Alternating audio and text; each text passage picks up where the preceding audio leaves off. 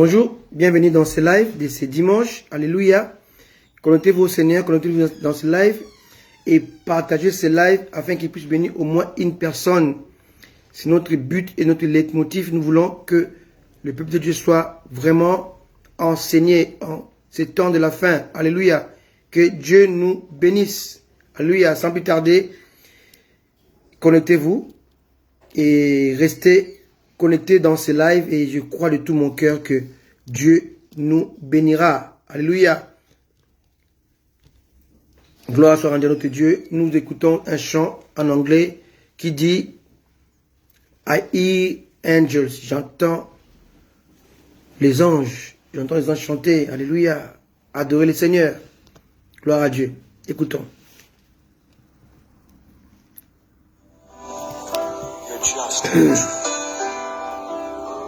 Merci Jésus. Merci Jésus.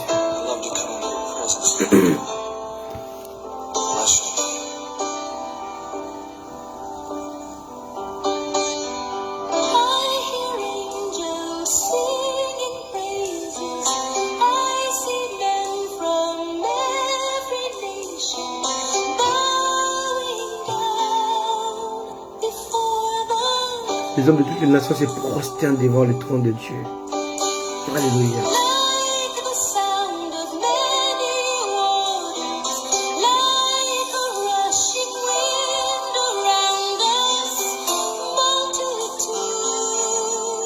Une multitude de joie à ces chants. Alléluia.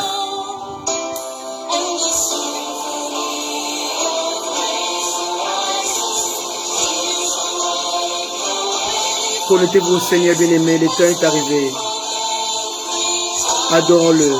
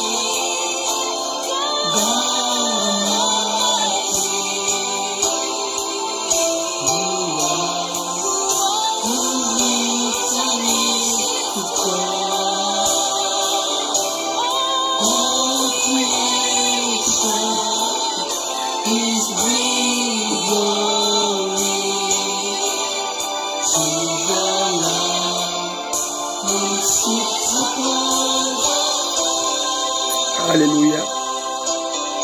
Approchez-vous de lui. Approchez-vous de lui, bien-aimé.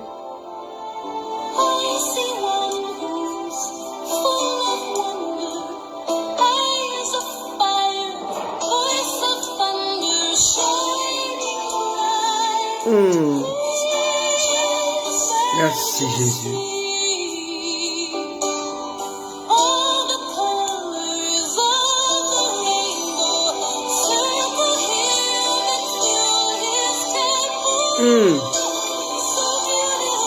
Comme un arc-en-ciel qui entoure le trône. Oh Dieu de gloire. Alléluia. Quelle beauté. Oh, quelle symphonie, Seigneur. Jésus.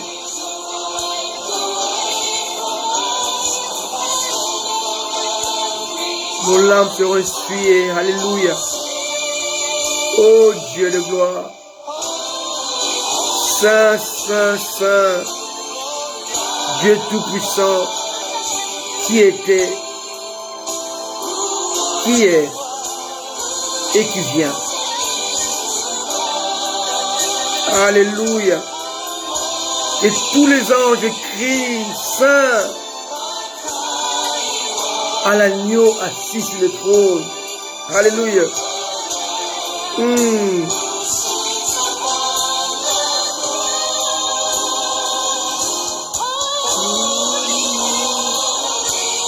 God Almighty, who was, who is and is to come. Et toute la création, alléluia, oh alléluia, donne gloire à l'agneau qui est assis sur le trône.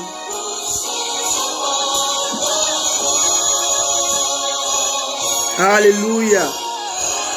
Merci Jésus, merci Seigneur. Alléluia. Chantons-le encore, alléluia.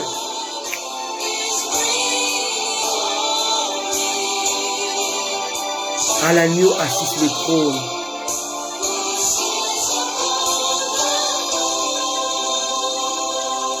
Alléluia. Jésus.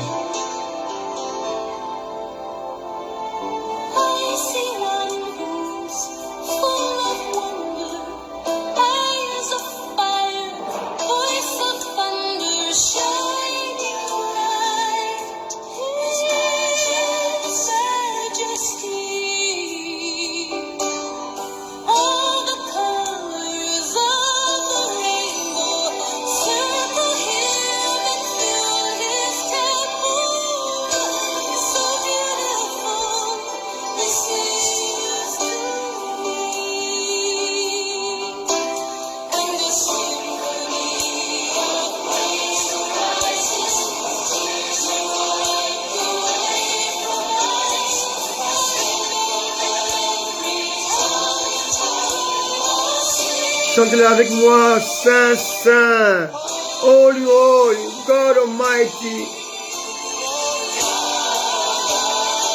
who was, who is,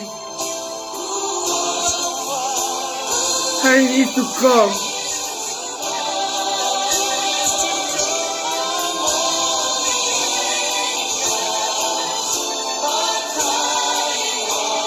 Les anges crient Saint à l'agneau assis sur le trône.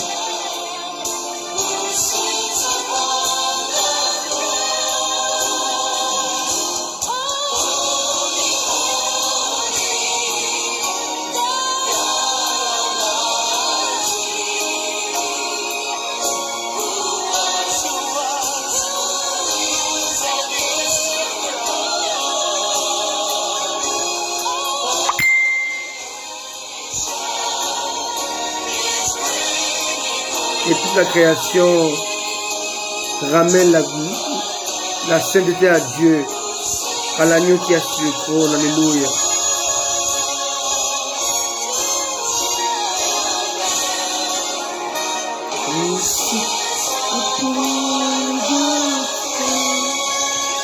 Alléluia. Merci Seigneur, merci à l'agneau assis sur le trône. Alléluia. Que l'Église ramène la gloire, alléluia, à l'agneau assis sur le trône, non pas un homme. Amen. Gloire soit rendue à notre Dieu. Alléluia. Je vous salue tous au nom puissant de Jésus-Christ de Nazareth. Alléluia. À l'agneau qui est assis sur le trône. Je salue ma fille Gerline depuis Paris et encore joyeux anniversaire. Alléluia. Je salue Annie Grace, quelque part à Paris. Que Dieu t'accorde sa grâce, sa bonté. Je salue mon épouse élue pour sa persévérance et son assistance. Je salue ma fille Joyce Quinn pour tout ce qu'elle fait. Je salue ma maman Henriette depuis la Belgique. Que Dieu t'accorde sa grâce, sa faveur. Alléluia. Alléluia. Merci Jésus. Merci pour la grâce que tu nous accordes aujourd'hui d'être là dans ta présence. Alléluia. Gloire soit rendue à notre Dieu. Je salue tous mes enfants là où vous êtes. Alléluia. Que Dieu vous accorde sa grâce et sa bonté. Alléluia. Partout où vous êtes, en Afrique du Sud, au Congo, Kinshasa, Congo, Brazzaville, Angola, États-Unis, Canada, Hong Kong. Que Dieu vous bénisse. Amen.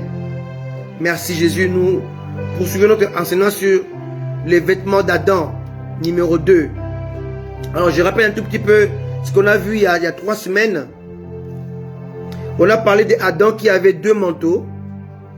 Le premier manteau était le manteau invisible, le manteau de gloire, qui lui a permis ou qui lui permettait d'agir ou de gérer, d'être gestionnaire, de dominer mais aussi de cultiver la présence de Dieu, de la protéger. Ces manteaux étaient les manteaux ou les vêtements de gloire. Mais c'était un vêtement invisible que lui-même, il ne voyait pas. Alléluia. Voilà pourquoi lorsqu'il a péché, il les a perdus et il a vu sa nudité. Et Dieu lui a donné un deuxième vêtement qu'on appelle les vêtements de peau. Alléluia. Vêtements de peau voulait dire que toute sa vie jusqu'à sa mort, comme le péché est rentré dans le monde au travers de lui, toute sa vie jusqu'à sa mort, il était appelé à se consacrer, à se sanctifier, car le vêtement de peau était un vêtement qui ne pouvait pas être fabriqué aussi longtemps qu'un animal substitut n'était pas tué.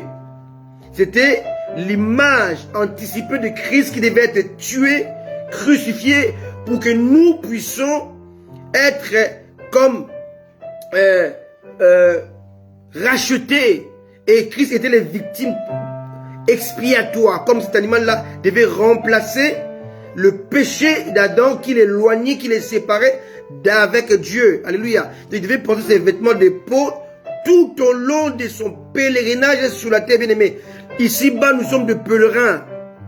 Dieu nous a placés sur la terre comme de pèlerins, parce qu'une fois le péché rentré dans le monde, Dieu devait détruire le monde. Alléluia. Et lorsque tu es sur la terre, sache que tu es un pèlerin.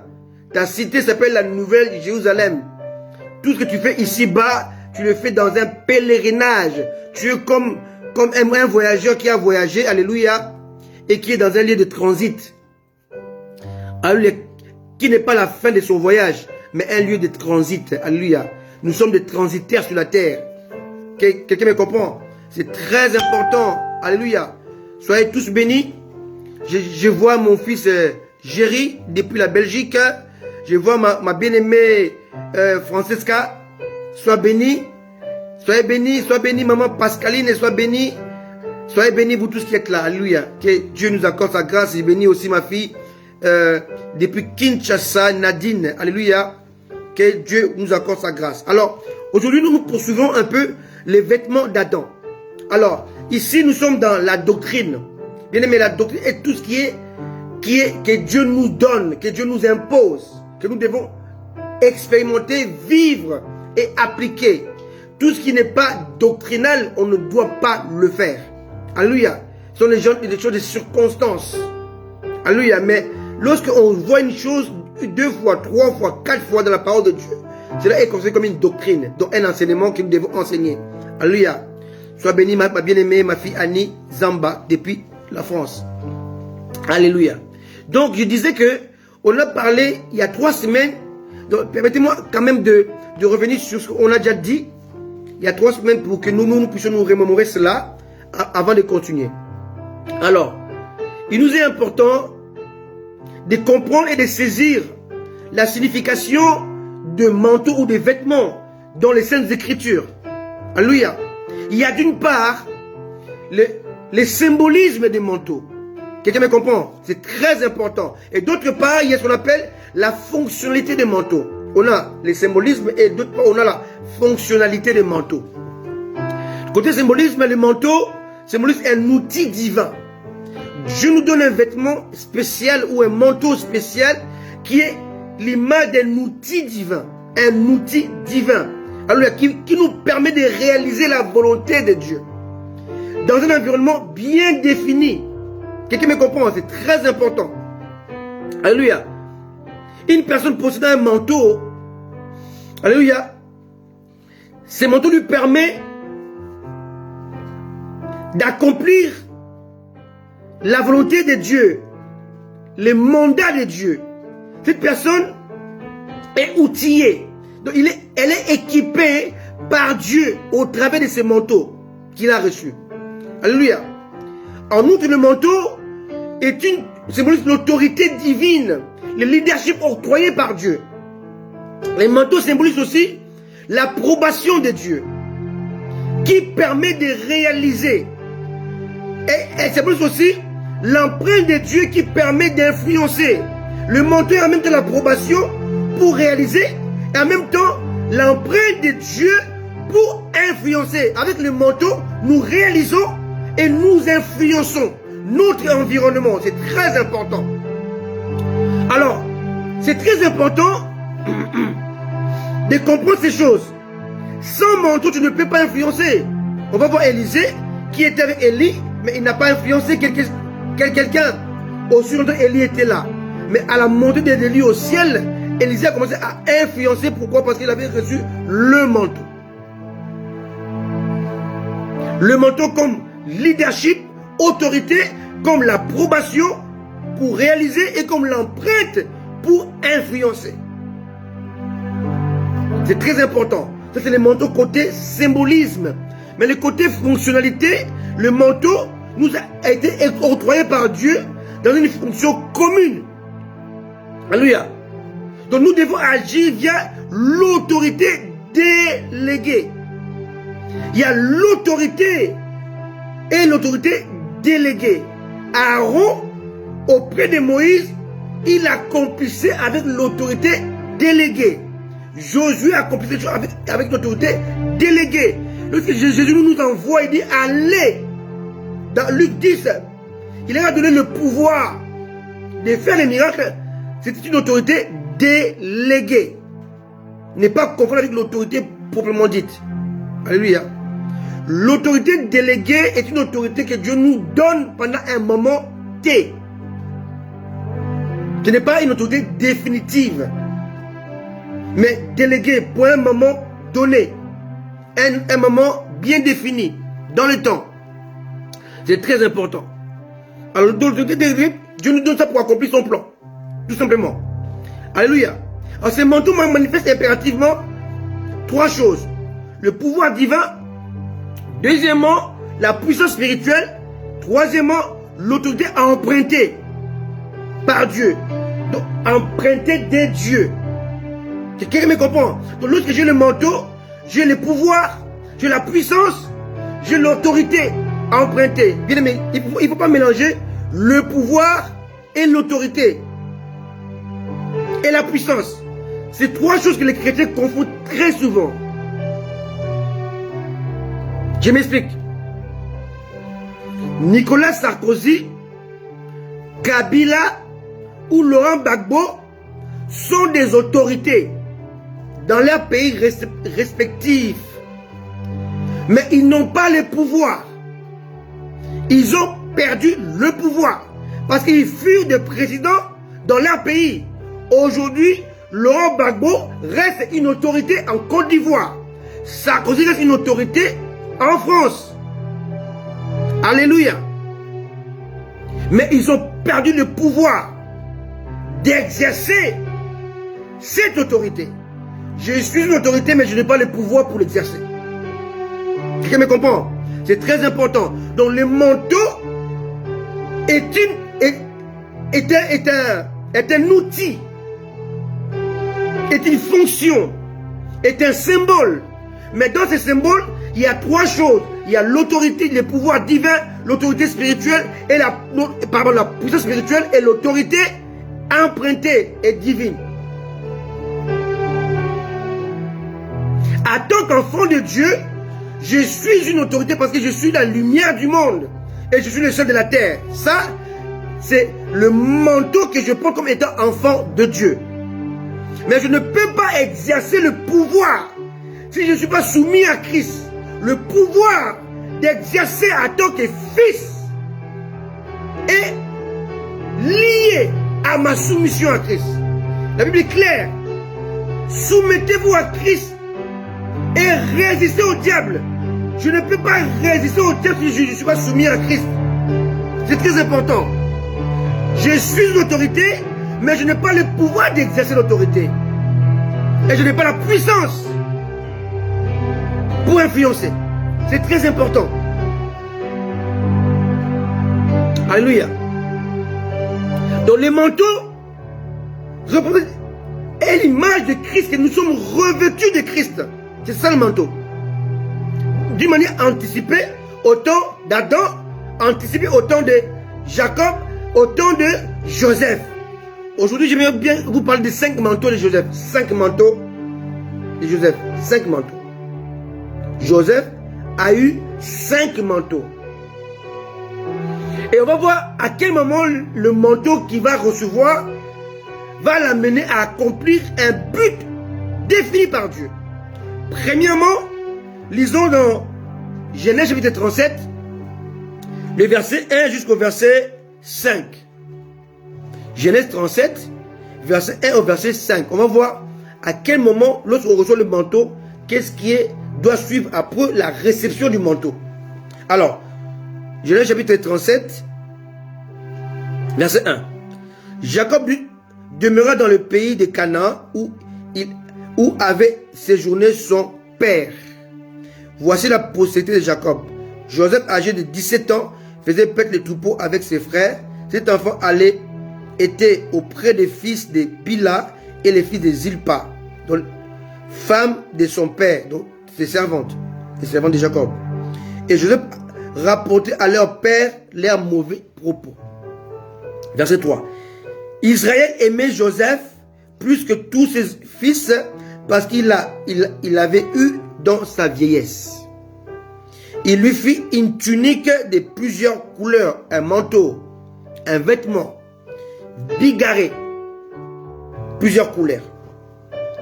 Ses frères virent que leur père l'aimait plus que eux tous, ils le prirent en haine. Il ne pouvait lui parler avec amitié. Joseph eut un songe. Il le raconta à ses frères qu'il les haït encore davantage. Amen. On s'arrête là. On voit que Jacob a fabriqué une tunique, a conçu une tunique bigarrée à plusieurs couleurs. Alors quand on voit plusieurs couleurs, on voit notamment les couleurs primaires. Est-ce que vous comprenez? Je vois par exemple le vert n'est pas vraiment la couleur primaire. Pourquoi? Parce que le vert est une couleur qui est la conséquence de deux couleurs mixées. Le bleu et le jaune. Lorsqu'on prend le bleu, on prend le jaune, on le mélange, ça donne le vert. D'accord? Alors, lorsque nous lisons la parole de Dieu, on va voir que Jésus est représenté par 4 couleurs. Et les 4 couleurs, nous les retrouvons dans les rideaux extérieurs du temple ou du tabernacle et dans les rideaux intérieurs. Et les 4 couleurs sont couleur bleue, couleur rouge pourpre, couleur rouge cramoisi et couleur blanche. On a 4 couleurs qui symbolisent le manteau ou l'image de Christ. La couleur blanche symbolise sa sainteté. La couleur bleue symbolise sa provenance, sa nature céleste. La couleur rouge pourpre symbolise sa royauté. Et la couleur rouge cramoisie symbolise son sacrifice. Alors ici, on voit que Joseph avait le manteau à plusieurs couleurs. Donc dans plusieurs couleurs, il y avait ces 4 couleurs principales. Alléluia. Il y avait forcément la couleur blanche. Donc ce manteau exigeait la sainteté. Voilà pourquoi ici il est dit, Joseph rapportait à leur père leurs mauvais propos. Lui il ne le faisait pas. C'était un homme intègre. Parce qu'il portait la couleur blanche. Joseph était l'image céleste anticipée. Alléluia. Bien-aimé, à chaque fois que Dieu est en difficulté par rapport à son peuple,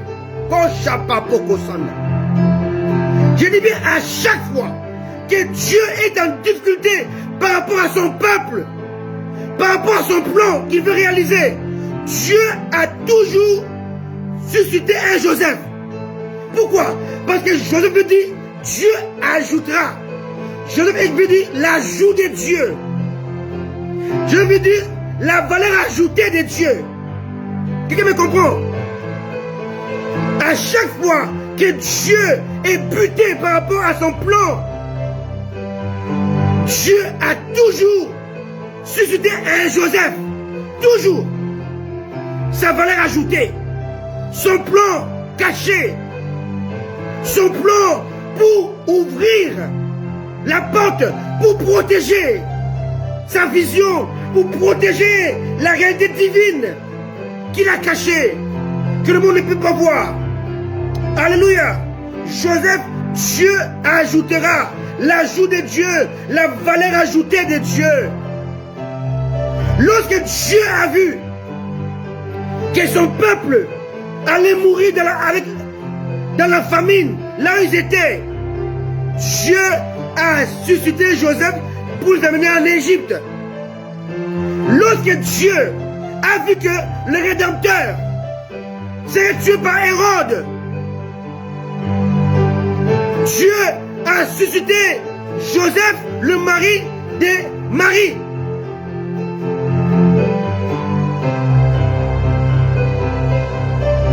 Lorsque Dieu a vu que Jésus serait resté à la croix et condamné à la croix à cause du Shabbat, Dieu a suscité Joseph d'Arimathée. À chaque fois que le plan de Dieu est dans le trouble, dans le trouble, Dieu élève Joseph pour apporter la solution, pour apporter la protection, pour apporter l'ainsi dit l'Éternel. Et Joseph est toujours suscité lorsque le plan de Dieu est combattu.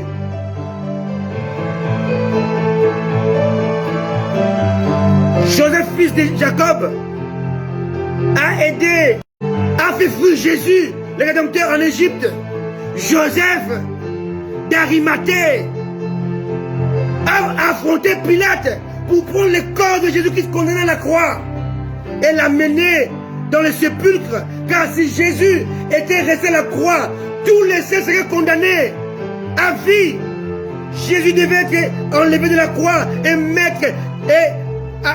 déposé dans le sépulcre pour qu'il puisse aller rencontrer les morts qui étaient morts avant lui dans le séjour de mort et les rapporter et s'est révélé à eux comme étant c'est lui, le Yahweh, qui a parlé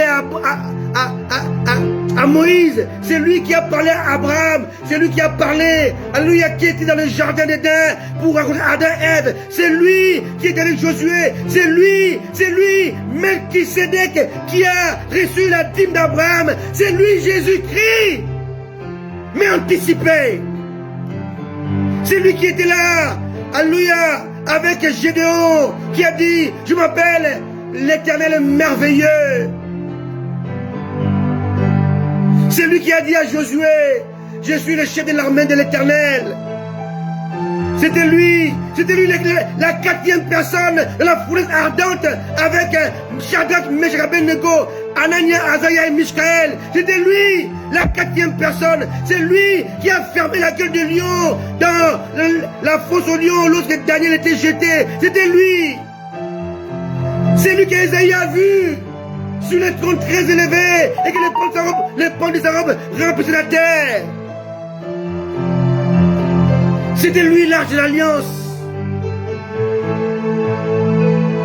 C'était lui. Il fallait un Joseph d'Arimathée pour l'enterrer et l'amener dans le séjour des morts. Pour que tous les saints qui étaient ressuscités après sa mort puissent sortir après sa résurrection. Il fallait un Joseph d'Arimathée pour affronter Pilate, en secret. Et là, on a affaire au premier Joseph que Dieu a utilisé. Il va porter les manteaux à plusieurs couleurs. Dans ce manteau, il y avait la couleur blanche, la sainteté. Couleur bleue, la nature de Dieu, nature céleste. Couleur rouge pourpre, la royauté de Christ. Couleur rouge cramoisie, son sacrifice expiatoire. Alors, vous allez remarquer que c'est à cause de ces manteaux d'approbation, que Joseph a eu le rêve. Il n'y a pas de songe, il n'y a pas de rêve des dieux divins.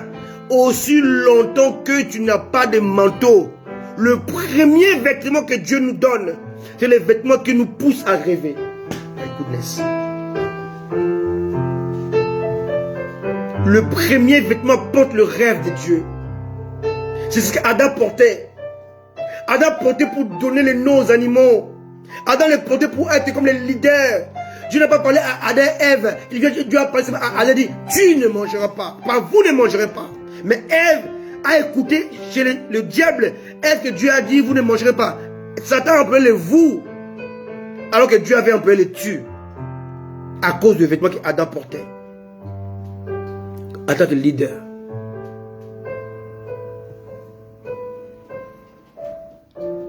C'est Adam qui a appelé sa femme Isha. Ève. C'est pas Dieu. Mais Dieu a adopté cela. Pourquoi? Parce qu'il avait le manteau d'autorité pour exiger, pour gérer, pour commander. Alléluia. C'est très important.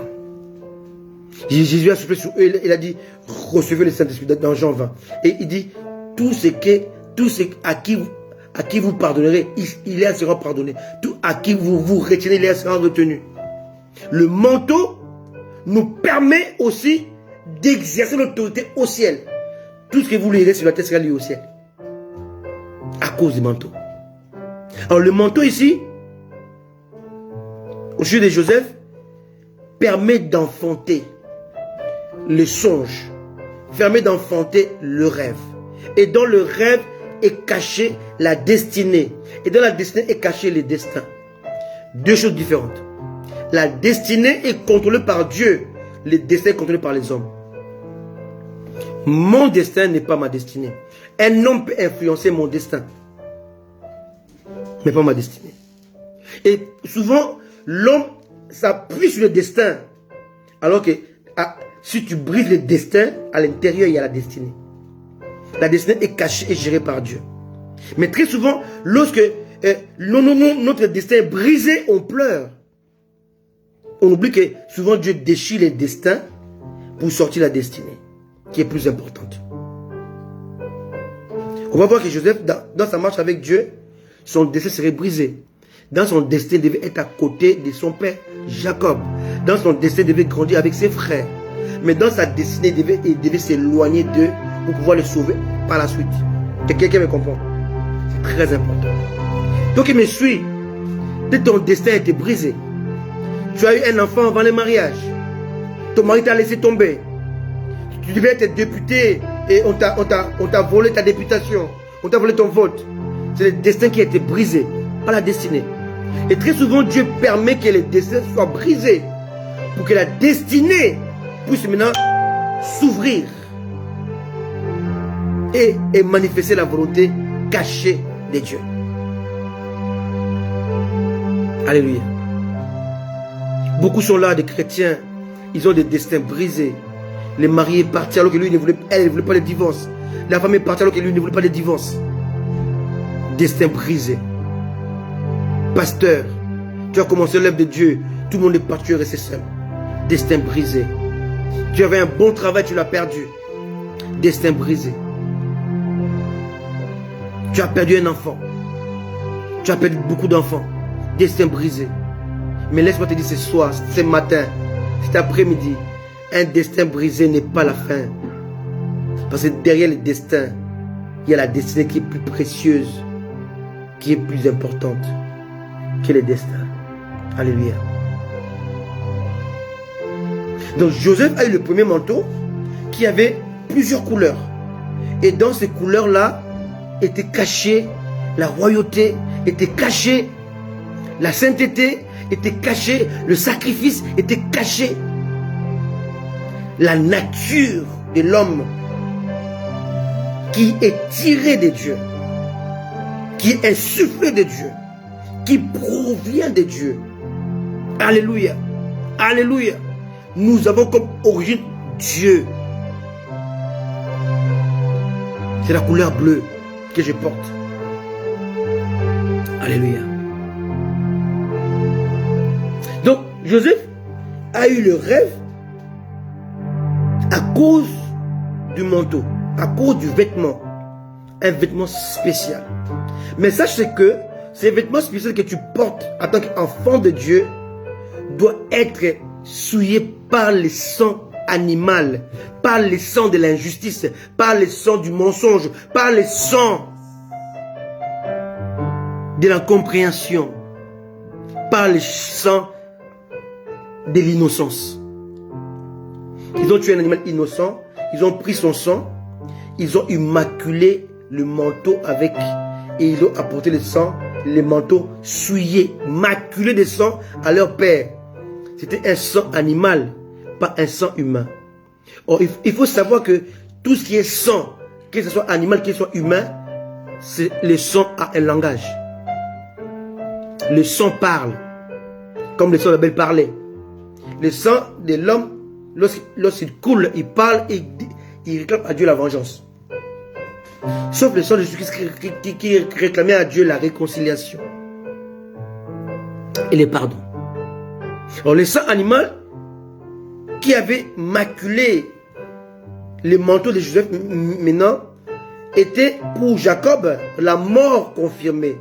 Mais pour Dieu, le manteau sauvegardé. Ils croyaient qu'ils avaient tué sa destinée. Ils n'ont tué que le destin. Et ils ont caché le destin dans un sang innocent. Jesus.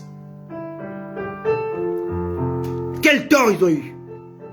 Le sang animal était un sang innocent. Et le sang innocent. Donc le fait de prendre le sang animal et l'envelopper des manteaux de Joseph, donc ils ont protégé son rêve. Jesus. Hey, Jésus. Merci Seigneur car mon rêve est protégé. Mais les païens, les mauvais gens, les mauvaises personnes pensent qu'ils ont souillé mon manteau, mais ils ne l'ont pas souillé, ils l'ont protégé par un sang innocent, car un animal ne pêche pas. Parce qu'il n'a pas conscience du péché. Il n'y a pas de loi contre le péché. Donc le sang animal était un sang innocent.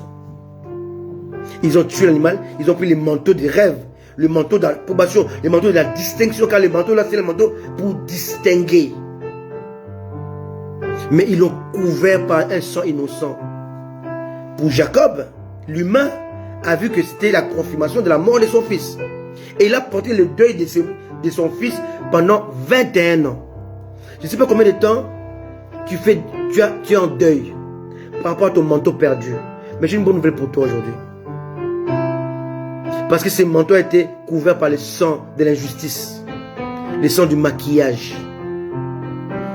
le sang de la haine. Ils ont protégé ton rêve. C'était pas fini. Et quand ils ont vendu Joseph, vous pouvez lire au chapitre 37 en entier, vous allez voir que ils vont maintenant le vendre aux Madianites. Ils l'ont vendu, et si vous voyez que les Madianites, verset 28, chapitre 37 de la Genèse, au passage du marchand Madianite, il tirait et fit remonter Joseph hors de la citerne. Il les vendit pour 20 cycles d'argent aux Ismaélites qui l'amenaient en Égypte. Alléluia. Mais si vous remontez au verset 25, vous allez voir qu'il s'assit ensuite pour manger. Ayant levé les yeux, il vit une caravane des Ismaélites venant de Galate. Leurs chameaux étaient chargés de quoi? 1. Aromates. 2. Baume. 3. Myrrhe qu'ils transportaient en Égypte. Donc, ceux qui ont acheté Joseph, ils ont mélangé Joseph avec trois épices. Aromates, baume et myrrhe. Or, ces trois épices-là étaient la composition d'embaumement. Donc, ils ne savaient pas que, en mettant Joseph avec les trois épices dans la caravane, ils ont embaumé son rêve. My goodness. Jesus. Hallelujah. Ils vous ont vendu, mais ils ne savent pas que Dieu a embaumé ton rêve. Parce que c'est que les épreuves que tu vas recevoir, les épreuves dans lesquelles tu vas passer, peuvent te bouger. Mais Dieu a embaumé ton rêve. Alléluia. Ils ont embaumé le rêve qui était dans le manteau avec le sang. Ils ont embaumé l'homme Joseph avec les aromates, le baume, la myrrhe. Les trois épices symbolisées pour l'embaumement. Donc ils ont embaumé Joseph qu'ils ont vendu. Ils ont vendu pour qu'il puisse disparaître, pour briser son destin. Mais il ne pouvait pas toucher à sa destinée. Jésus.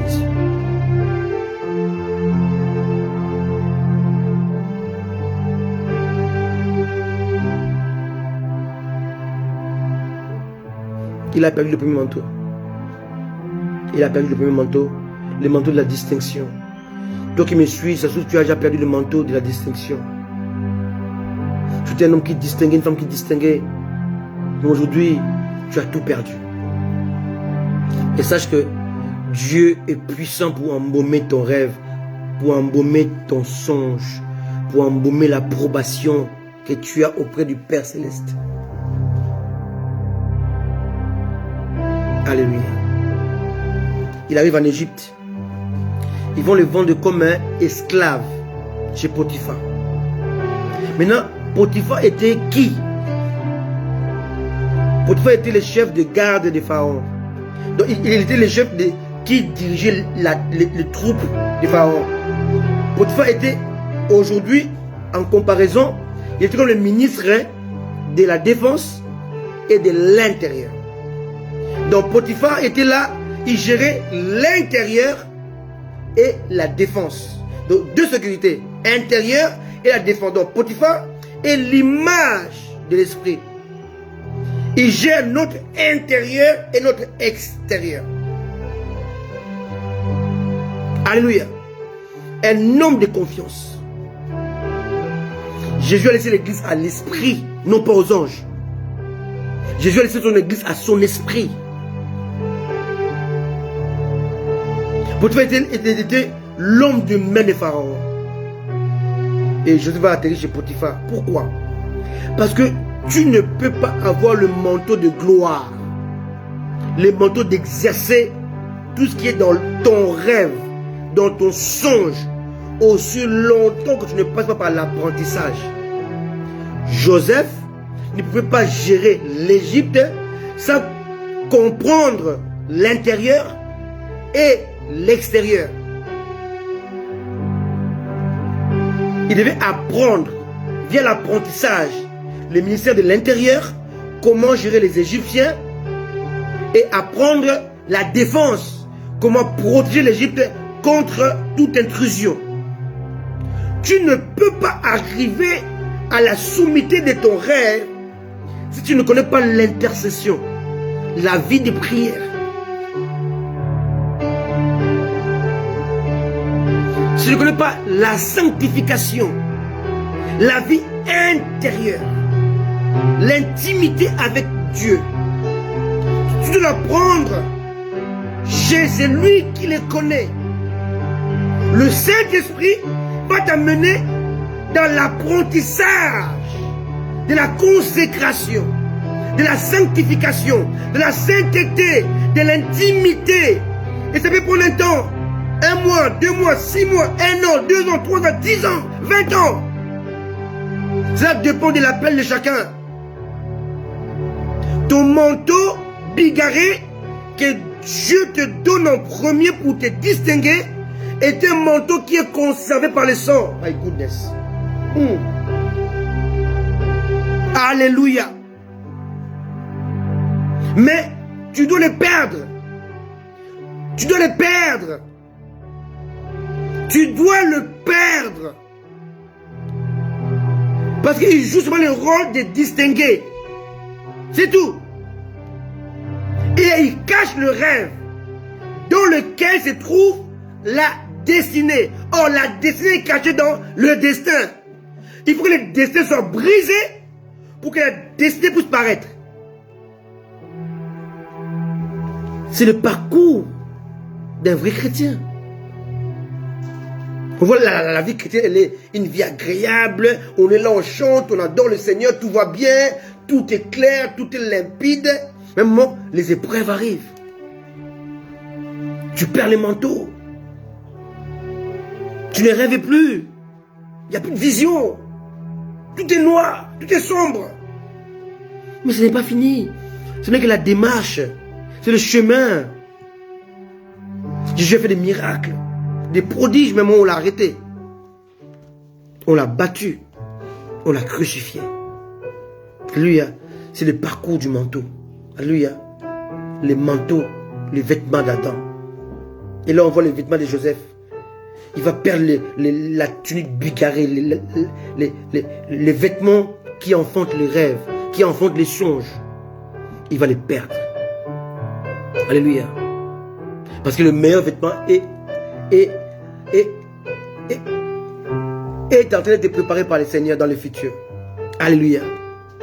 Les gens t'abandonnent, te rejettent, te repoussent, te critiquent. Tu les entends, ça fait mal. Tu es isolé. Maman Henriette, ne t'inquiète pas. C'est les vêtements. Alléluia. Et maman, tu étais là, toute la famille était sous ton autorité. Tu étais Joseph, tu prenais tout en charge. Tu étais là, sans toi, personne ne pouvait rien faire. Pour tes petites sœurs, pour ton petit frère. Après moi, tu perds les manteaux là. Tu as l'impression que tu as tout perdu. Tu as perdu ta jeunesse, tu as perdu ta vie, tu as perdu ton honneur. Tu as perdu tout ce qui était précieux pour toi. Mais c'est Dieu qui le permet. C'est le cheminement. Parce que le manteau de gloire arrive à la fin. Alléluia. Très important. Bon, Joseph maintenant va être vendu chez Potiphar et il va être revêtu de manteau de serviteur. Alléluia.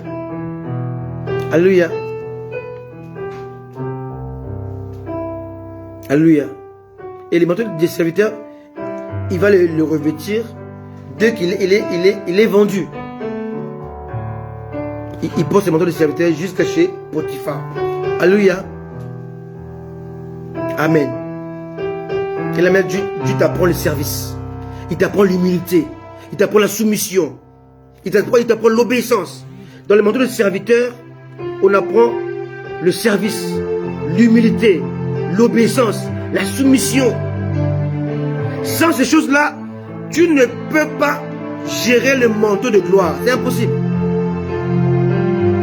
Tu apprends à obéir aux ordres. Tu apprends à exécuter les ordres. Tu apprends les choses. Tu apprends l'obéissance par les choses que tu as souffert. Très important. Alléluia. Et là, il va avoir le manteau de serviteur. Serviteur veut du service. Dieu te veut dans le service, dans son service. Là, tout ce qui est orgueil est tombé. Tu rentres maintenant dans l'humilité, la soumission, l'obéissance, la simplicité.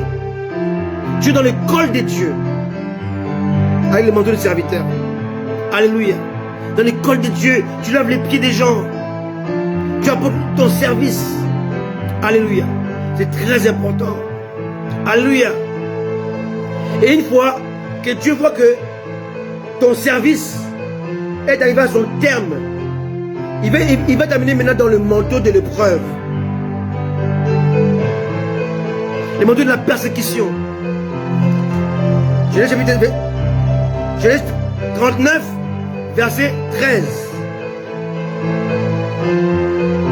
Lorsqu'elle vit qu'il lui avait laissé son vêtement de la femme de Potiphar dans la main et qu'il était enfoui dehors, elle appela les gens de sa maison.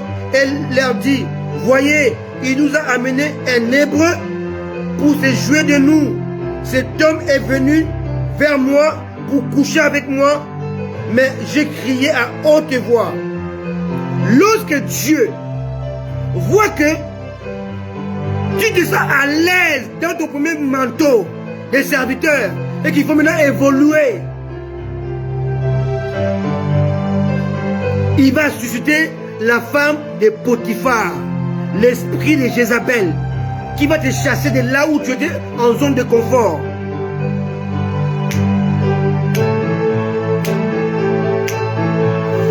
Jésus a vu ses disciples en zone de confort. Dans le rivage, il avait leur filet. Zone de confort. Là où tu ne prends aucun risque. Là où tu es en sécurité, tu es dans le rivage, zone de confort. Il dit, allez en pleine eau. Et si tu le refuses, il va envoyer la femme de Potiphar. Il va envoyer Jézabel, qui va t'obliger à aller en pleine eau. Là où tu vas dépendre de lui. Alléluia. Dieu veut t'amener à sa dépendance. Que tu t'attends à lui, que tu dépends de lui.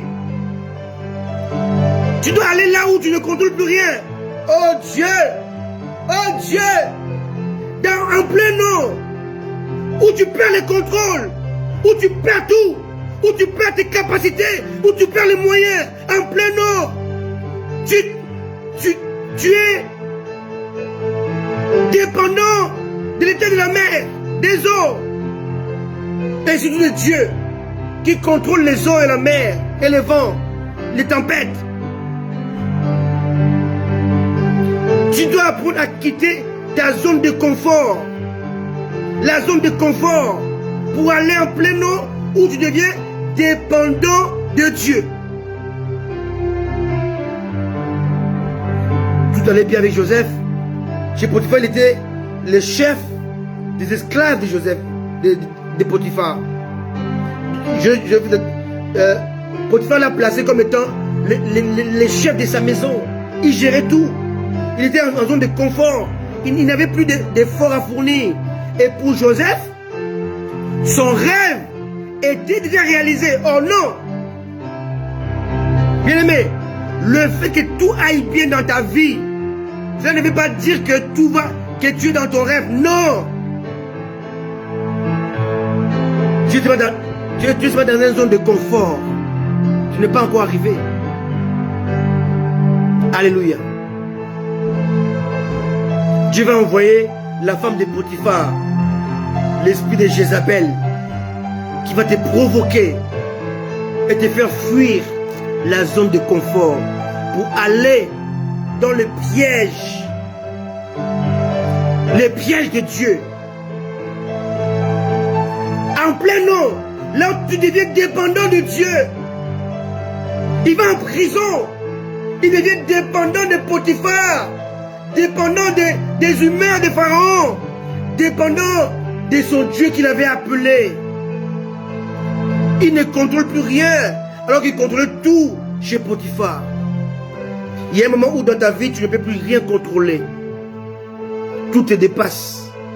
Tout est au-dessus de toi. Tout est incontrôlable et contrôlé. Tu ne comprends plus rien. Tu perds le contrôle de tes enfants, de ton mari, de tes frères, de tes sœurs. Tu ne sais plus les comprendre. Ils t'ont rejeté. Ils te critiquent. Ils se sont éloignés de toi. Tu quittes ta zone de confort dans laquelle tu avais la confiance, où tu avais la stabilité, où tu avais le contrôle. Il dit, va, allez en pleine eau. Quittez votre zone de confort. Allez en avant. Parce que le manteau pour dominer est caché dans les zones de non-confort, les zones de trouble, les eaux troubles, les eaux profondes, là où tu ne peux pas contrôler. Très souvent, les chrétiens, aujourd'hui, veulent se maintenir. Oui, ils gèrent les services. Mais Dieu veut t'amener dans la zone de non-confort, zone trouble, afin de t'apprendre à dépendre de lui, à compter sur lui, afin de te rappeler encore ton rêve, te rappeler encore ton rêve, te rappeler encore ton songe. Dans la zone de confort, on oublie les songes. Hein? Parce que tout va bien. Tu contrôles tout, tu gères tout. Les songes sont oubliés. C'est toi qui domines, toi qui gères. Et il t'amène dans une zone de non-confort où tu ne peux plus gérer. Tu ne peux plus dominer. Tu deviens dépendant, soumis, humble,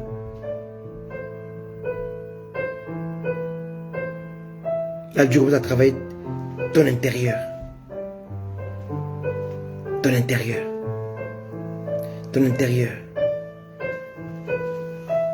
Parce qu'il y a un manteau qui est plus important que le manteau que Jacob t'avait donné. Jacob est l'image de ton mentor. Est l'image de ton pasteur. Est l'image de ton père. Et le manteau, c'est son approbation, c'est son estime. Mais Dieu te dit maintenant, tu es arrivé à un moment où tu dois maintenant avoir le manteau que lui, Dieu veut te donner. Dans son temps. Et pour ce faire, Dieu t'envoie quelqu'un pour te chasser de ta zone de confort. La femme de Potiphar, Jézabel, qui va chasser Élie. Alléluia. Alléluia. Alléluia. La Bible dit que quand ils ont arrêté Jésus, tous ils ont pris la fuite. Ils ont fui la zone de confort. Cette intimité avec Christ. Ils ont fui. Ils se sont cachés. Ils avaient besoin d'un manteau. Un manteau pour affronter le monde. Pour affronter le diable. Pour affronter les épreuves. Mais ils devaient perdre le manteau de confort. Le manteau qui avait fait d'eux des apôtres. Alléluia. Ils devaient fuir. Oublier qu'ils étaient apôtres. Oublier qu'ils étaient des gens établis par Jésus-Christ. Qu'ils étaient les gens que Jésus a envoyés en leur donnant l'autorité déléguée. Ils devaient oublier ça avant de recevoir le manteau de la Pentecôte. Les manteaux de la puissance. Le manteau de l'autorité. Les manteaux du service. Alors du vrai service. Vous devez savoir, bien aimé, que la vie chrétienne est une vie. Il y a beaucoup d'étapes. Il y a beaucoup d'étapes que nous ne comprenons pas forcément, que nous rencontrons. Quelqu'un a dit que on apprend le mariage dans le mariage. Alléluia. Aucun enseignement sur le mariage, aucun message sur le mariage ne peut t'apprendre à te préparer pour le mariage. Ça te donnera les pistes, mais dans le mariage, tu vas découvrir le mariage dans le mariage. On découvre le service de Dieu dans le service. Alléluia. Et ces manteaux que Joseph devait recevoir pour diriger maintenant l'Égypte, il devait passer par la case des prisons. Ton rêve est sujet à d'autres rêves. Avant d'expliquer, avant que Joseph puisse vivre son rêve, il devait expliquer les rêves des chansons et des panetiers. Il devait expliquer les rêves des pharaons. Donc, il y a les rêves de Joseph, rêves du panetier, des chansons et des pharaons. Donc, son rêve devait se réaliser après avoir expliqué les rêves des panetiers, des chansons et des pharaons. Le rêve que tu as eu, ton songe, est dépendant des 3 autres songes. Pas 4, pas 5, 3. Panetier, c'est Christ. Tu dois comprendre le rêve du panetier qui doit être pendu. Et chanson, c'est le Saint-Esprit. Tu dois comprendre le rôle de l'Esprit dans ta vie. Pharaon est l'image du dominant. Et c'est lui qui donne le manteau pour dominer. Il doit céder son anneau. Il doit le céder. Et te le mettre. Mais avant ça, il faut que tu expliques son rêve. Donnez-moi 5 minutes. Je vais vous expliquer les 3 rêves qui précèdent l'accomplissement des rêves de Joseph. Les rêves du panetier. C'est lui qui donnait le pain à Pharaon. Son rêve doit se réaliser. La Bible dit que si Christ n'est pas mort, si Christ n'est pas glorifié, l'Esprit ne viendra pas. Les chansons, l'image du Saint-Esprit, ne peut être réhabilitée par Pharaon aussi longtemps que le panetier n'est pas pendu. Aussi longtemps que Christ n'est pas crucifié, l'Esprit ne peut pas venir. Tu dois comprendre les rêves du panetier C'est quoi le rôle du pain dans ta vie, dans la vie du monde, dans la vie de l'église, dans la vie du peuple de Dieu? C'est quoi le pain? Autrefois, c'était la manne. Après, c'était le pain levé. Et c'est devenu le pain sans lever, sans levure. Le pain non levé. C'est quoi ce pain? C'est le pain qu'on doit manger avec des herbes d'amère par les enfants d'Israël avant la Pâque. Mais c'est le pain qui s'est transformé en être humain. C'est le pain qui était autrefois à Bethléem, maison du pain, qui Elimelech avait fui avec sa femme Naomi et ses enfants. Alléluia. Parce que le pain venait à manquer. Quelqu'un me comprend? C'est très important. Tu dois comprendre le pain au temps d'Abraham, au temps de Moïse, au temps d'Elimelech, au temps de David. Pourquoi il a mangé le pain des propositions? Le pain qui était dans le tabernacle. Le pain qui est descendu du ciel. Tous ces pains-là, c'est le symbolisme du Christ. Aussi longtemps que tu ne sauras pas expliquer le rêve du panetier, les chansons qui doivent te présenter à Pharaon ne peut pas le faire. Deuxièmement, tu dois expliquer le rêve des chansons. De vin. À quoi il sert? Pourquoi on le prenait? Et pourquoi Dieu a dit aux sacrificateurs de ne plus le prendre quand ils sont dans le service? Alléluia. Et c'est quoi ce vin? Pourquoi le vin? Si tu ne sais pas l'expliquer, ton rêve est bloqué en fait. Tu dois comprendre que les chansons doivent être réhabilitées auprès des pharaons. C'est à les chansons d'expliquer qui est Joseph à Pharaon. Parce que Joseph, Pharaon, ne se connaissent pas. Dieu ne te connaît que par le sacrifice de son fils et par le Saint-Esprit. Sans le sacrifice, tu es dans le péché. Sans l'esprit, tu n'es pas restauré, tu n'es pas régénéré. Tu dois comprendre le rêve du Christ, le rêve de l'esprit. Le rêve des pharaons de ton pays. Le monde est dirigé par des autorités qui ont des rêves et qui ne savent pas comment les expliquer. Aujourd'hui, il y a les rêves des présidents, comment structurer les pays, comment briser la délinquance, comment stopper la famine, comment stopper les coronavirus, comment... Il y a le rêve de l'autorité qui est l'image du pharaon. Comment tu peux l'expliquer?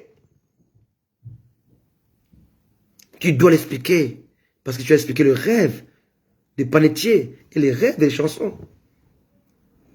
Alléluia. Il y a la famine qui arrive, l'abandon de la foi, l'abandon de la justice, la violence, la contre-nature. Comment l'expliquer à l'église? Tu dois le faire. Car ton rêve est tributaire. Ton rêve, ton songe est tributaire aux trois rêves. Panetier et chanson pharaon.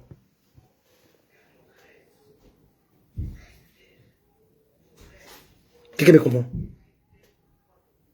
Ton rêve, ton songe est tributaire, est dépendant, est inhérente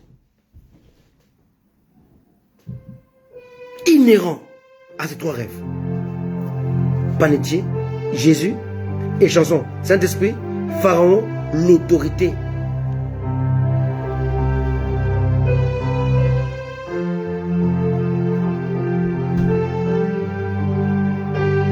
Dimanche prochain, on verra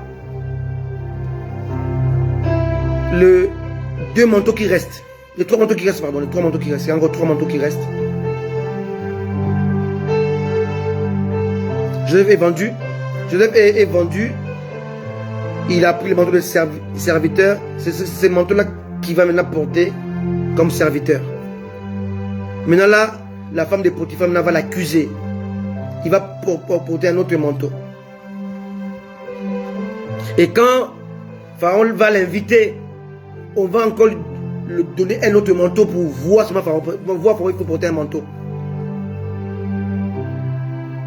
Et quand il va expliquer les rêves de Pharaon, il va porter un autre manteau maintenant, le manteau qui va être l'ouverture de son rêve, qui va permettre à ses frères de se prosterner selon son rêve, son songe devant lui. Ses frères ne pouvaient pas se prosterner devant lui avec le manteau de Jacob, non.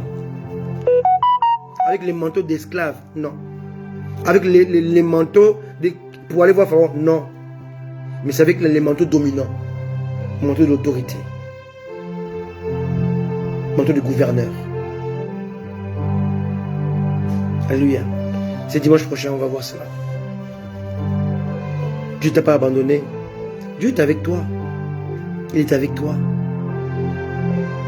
Quelle que soit l'épreuve, il est avec toi. Dieu se met dans le cheminement. Dans le cheminement de ton rêve. Alléluia. Dans le parcours de ton rêve. Dieu est là avec toi. Alléluia. Il est là avec toi. Alléluia. Dieu est là. On va prier. Tu es Joseph de ta famille, car tu es l'ajout de Dieu. Tu es Joseph de la famille, parce qu'au travers de toi, Dieu veut sauver toute ta famille. Tu es Joseph.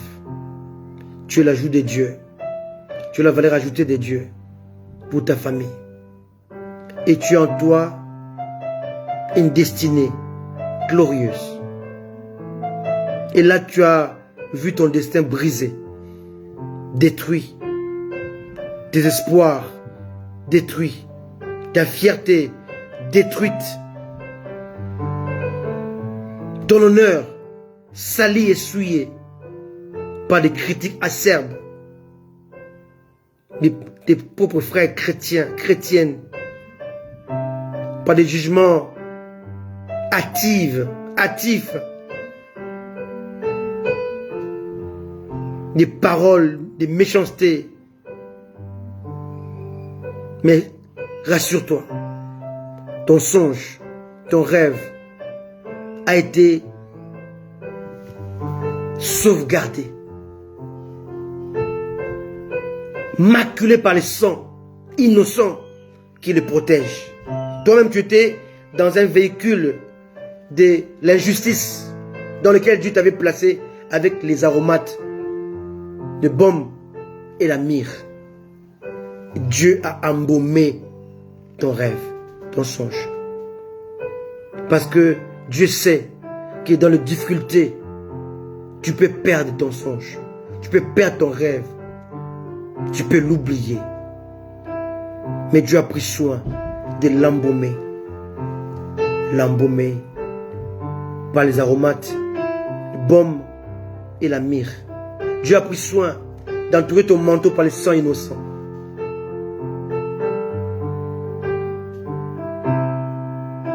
Tu as quitté la zone de confort. Tu es rentré dans les eaux troubles, les critiques acerbes, la méchanceté, la haine.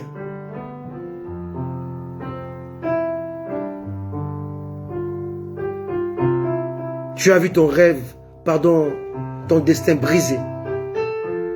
C'est normal. Dieu brise des destins pour faire paraître la destinée qui est plus précieuse et qui est éternelle et qui n'est contrôlée que par lui-même, Dieu. Un humain ne peut rien faire contre ta destinée. Un humain peut influencer ton destin, mais jamais ta destinée. Tu es là avec moi. Prie avec moi. Seigneur, merci. Merci car j'ai perdu mon manteau bigarré de la fierté, de la distinction. Merci car je l'ai perdu. Mais je ne l'ai pas perdu parce que ce manteau est protégé par le sang innocent. Donc les rêves sont protégés par le sang innocent. Et moi porteur de ce rêve, je suis protégé par les aromates, la myrrhe et la baume. Au dépens, au-delà, au détriment de tout ce qui m'arrive, je demeure confiant au Seigneur. Car je suis entouré par l'embaumement de Dieu qui me protège. Et là, tu me demandes, Seigneur, de comprendre, d'expliquer les 3 rêves dans le futur. Le rêve du panetier, de Jésus-Christ, le rêve de la croix, le rêve de la rédemption, le rêve du salut. Et d'expliquer les rêves de les chansons, le rêve de l'esprit, le rêve du vin, les rêves de la plénitude, les rêves qui chassent la confusion, le rêve de la réhabilitation, le rêve qui ouvre la porte au palais. Oh Saint-Esprit de Dieu, aide-moi à comprendre ton rêve. Jésus t'a envoyé sur la terre pour m'aider à comprendre qui il est. Qu'est-ce qu'il a dit? Qu'est-ce qu'il a prêché? Qu'est-ce qui est bon pour moi? Car c'est le chemin qui amène au palais. Au palais, pour expliquer le rêve du roi, le rêve d'une nation, le rêve du royaume. Oh Dieu, quand la famine arrive, Seigneur, et je suis porteur de rêves de les chansons, le rêve du panetier, je suis équipé pour expliquer le rêve du pharaon, Seigneur. Aide-moi à le faire, Seigneur. Aide-moi à le faire. À cause de ton nom, Jésus. Amen. Merci, Jésus. Soyez bénis. Parce que vous êtes bénis. Soyez bénis. Parce que vous êtes des bénis de Dieu. Demeurez bénis par ces messages. Les vêtements d'Adam. Numéro 2. Soyez bénis. Avec mon épouse élue. La parole révélée, la parole pure que nous allons vous prêcher, vous apporter. Soyez bénis, soyez réconfortés, car l'avenir cache le meilleur, cache l'excellence, cache l'extraordinaire. Soyez bénis. Dimanche prochain, on se retrouve pour la suite des vêtements d'Adam. À très bientôt. Bye bye.